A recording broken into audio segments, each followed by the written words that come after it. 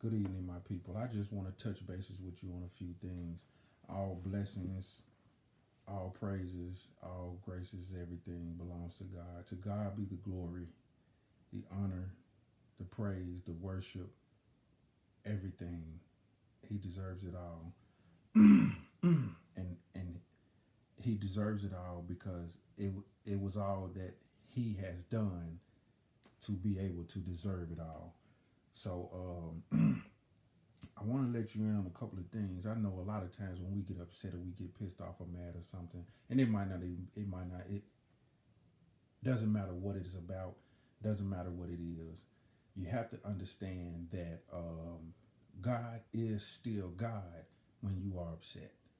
He is still God when you're mad, when you're pissed off, when you're angry.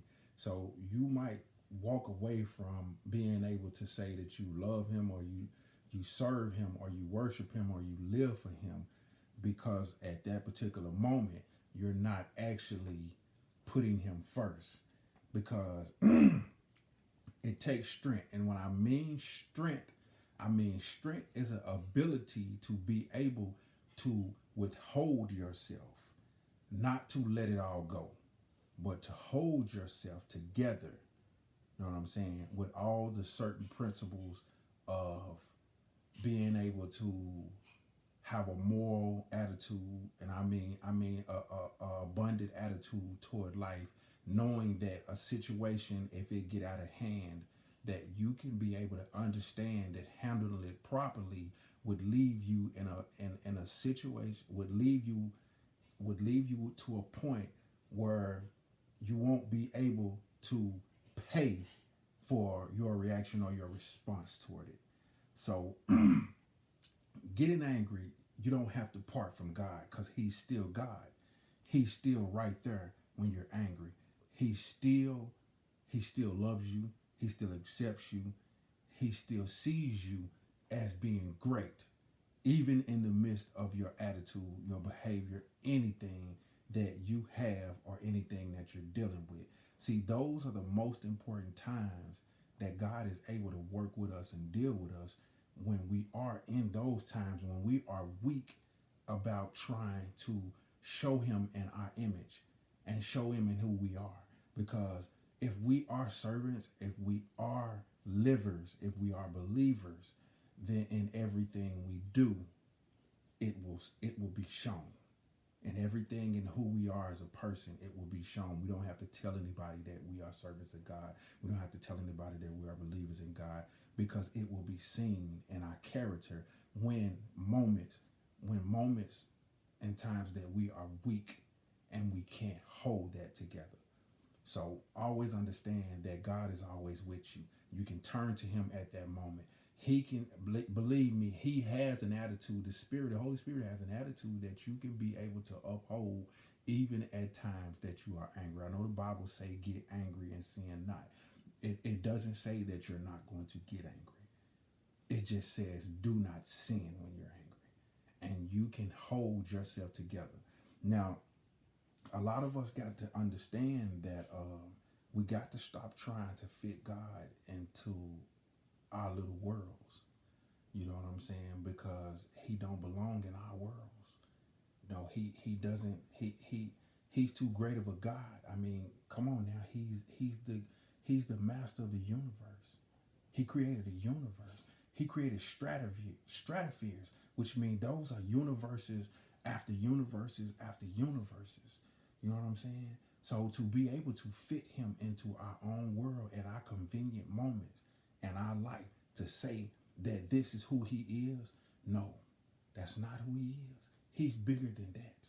He's bigger than that. So when a problem come up against us or we have to be able to deal with one, we got to understand that this is the God. This is the God that has overcame not only the world, but the universe. So our problems, hey, you know what I'm saying. But we the relationship that we must have with him, the relationship that we must have with Christ, it must be beyond attitudes. It must be beyond us us being able to allow him into our world, because we have to step in his world. See, his world is bigger than our world. And in his world, we can't have our way. We can't, things are not as they're going to be seen in his world. And in his world, we get what we deserve. You know what I'm saying? Now, you might think that something is owed to you and what you done did in life, or who you were towards somebody in life. You might think something is owed to you, but let me tell you something. If you don't deserve it, God is not going to give it to you. You know what I'm saying? Don't go around looking for things in life, feeling like you deserve these things in life. The Spirit speaks to us. 2 Timothy 3:16 said, all scriptures is breathed out by God. It's profitable for the teaching, for reproof, for correction, and for the training in righteousness. See, through a series, I'm going to be going through the Bible with you. And I'm going to be walking you through certain scriptures in the Bible. And they are going to be explaining step by step how life is going to be lived out. Because there is a proper way that you can be able to approach life. But you have to understand who you are first. You have to understand who you are. You have to understand where God is. And you have to understand that you must meet him in order to understand this life. Now, a decision can come to mind like that. And the minute that decision comes to your mind, your body and your emotions is not going to act on it all of a sudden. It's going to take seasons for the rest of you to meet your decision. So as I go along through these several videos with you, explaining these scriptures to you and breaking this stuff down to how you can be able to apply it to your life and how you can live a life abundant. Because living a life abundance doesn't just say that I believe in God and you feel like everything that you're doing right in life is going to lead to that life abundance. No, God said, if you obey me, he said, if you love me, he wasn't forcing you when he said, if you love me. He said, if you love me, which means if you choose. He wasn't forcing you to love him. He said, if you love me, and after, if you love me, you will obey my commandments.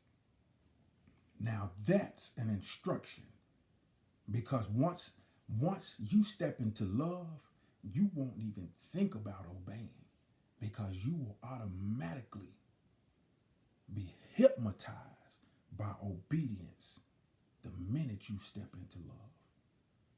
So allow me to walk through these scriptures with you. Allow me to explain these scriptures to you. Allow me to break these scriptures down and what the Spirit is saying to you.